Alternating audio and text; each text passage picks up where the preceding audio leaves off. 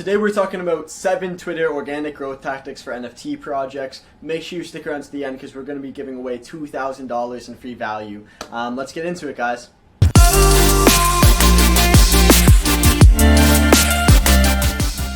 Alright guys, so we're going through 7 different Twitter organic growth tactics for NFT projects today. I'm super excited for this topic. Omni absolutely crushes it when it comes to organic, authentic growth on Twitter. It's one of our best platforms because in case you didn't know, if you don't know who I am, I'm the founder of Omni Agency. We specialize in community nurturement, community growth in the blockchain and Web3 space. We're working with tons of really interesting and cool projects right now. If you want to learn more about Omni and who we are, check us out at omniagency.ca. There's going to be a link in the description of this video.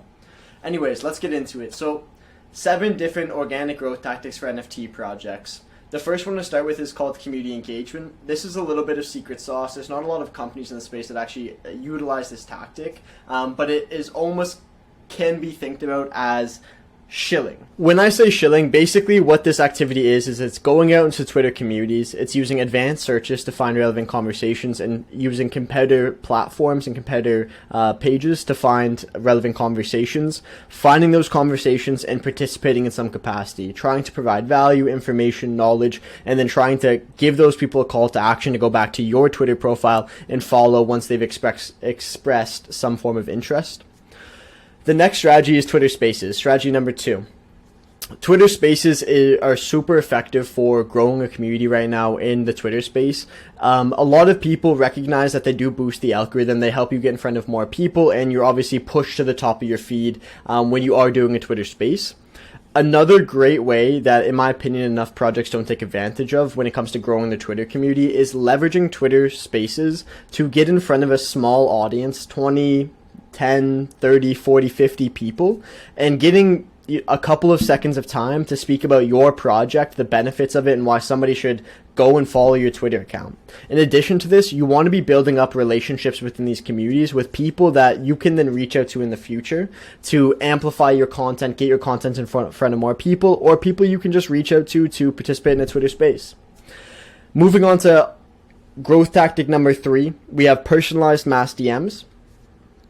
Personalized mass DMs are essentially finding a comparable or a competitor project on Twitter, going to their audience base because you're going to assume that their audience base is interested in your competitor, your comparable, they're probably also interested in you.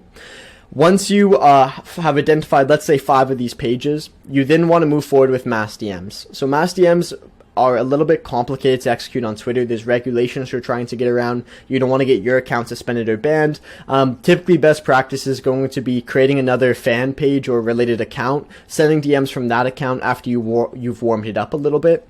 We always personalize our mass DMs and try and include incentives within them. Personalization could be as simple as just personalizing the first name of the person that you're reaching out to so they know that message was meant for them. It wasn't sent by a bot necessarily. The next thing here is around KOLs and relationships. So, as I was touching on with Twitter Spaces, you really want to be searching and striving to build relationships within your community. Setting up a list of 10 people, key opinion leaders, which are KOLs, or just influence anyone really within the space that you think is relevant, that you can get behind your project. Getting this list together, getting in some form of relationship with them, whether paid or non-paid. Today we're talking about organic, so today you would have to leverage your organic relationships. And getting them to amplify some of your key pieces of content. And when I say key pieces of content, educational materials are good. The ideal piece of content you want to have amplified, though, is content that gets exponential returns. And what I mean by that is basically a piece of content where if one person retweets it and another person sees it and is incentivized to retweet it as well, the snowball gets going on it, almost like a retweet to join giveaway competition, for example. And then getting together this list and having them amplify competitions like those on a weekly or monthly basis just helps to get brand reach, get up your organic impressions. Typically, organic growth comes based on the amount of organic impressions that you're getting and how well you're working within your inter-community to get them to invite more people as well. Let's also talk about amplification groups. Very similar to KOLs and relationships, amplification groups are groups on Twitter, in the Twitter DMs that you can get involved with. You gain access to these groups. There's people in these groups that already have credibility. They might be specifically in your niche. That's what obviously you want to strive for. But at the end of the day, they have an audience behind them, and they occasionally retweet other people's content. You can use these groups to essentially get 10 people, as I was saying, 20 people, 30 people, depending on the group size and how much you're paying to be involved in that group, if you are, to then amplify, retweet your content to their audiences, just helping with that organic reach boost, essentially. The next thing we have here is guerrilla marketing, community cohorts, competitions. As much as possible, and this one is a little bit abstract, it's hard to understand really the best way to execute on this, and it only comes through a lot of experience. At Omni Agency, we specialize in organic, authentic, and creative growth tactics. So we have a lot of different strategies that we play on, which enable us to leverage our existing followers to gain more exposure or reach in an incentivized manner. One of these strategies, for example, is something that we refer to as a retweet leaderboard. We incentivize our audience to retweet our content, to amplify our content to their audience bases. And essentially all that we're doing is we're creating a leaderboard on a monthly basis. Everyone that's in our audience can then participate in that leaderboard. And the more retweets that you do, the higher up in the leaderboard that you go. And you all get, or the highest people get entered into a giveaway at the end of the month. This is a very creative marketing tactic. Honestly, I was considering giving it away here, and I'm happy that I did. It's going to provide you a lot of value, but this is where you should be going with your thought processes. Twitter, on the organic side of things, is limited. What you need to be doing is stacking multiple growth tactics, figuring out what works best for you, and then scaling on those growth tactics. And this is one example of a growth tactic that you can not only leverage, but you're creative within that tactic in itself to try out different things. And then the last thing here is going to be value and a reason to follow you. At the end of the day, if you're doing all of these growth tactics, but once they land on your Twitter account, there's no real reason to follow you, engage, anything like that, you're going to have a bad community at the end of the day.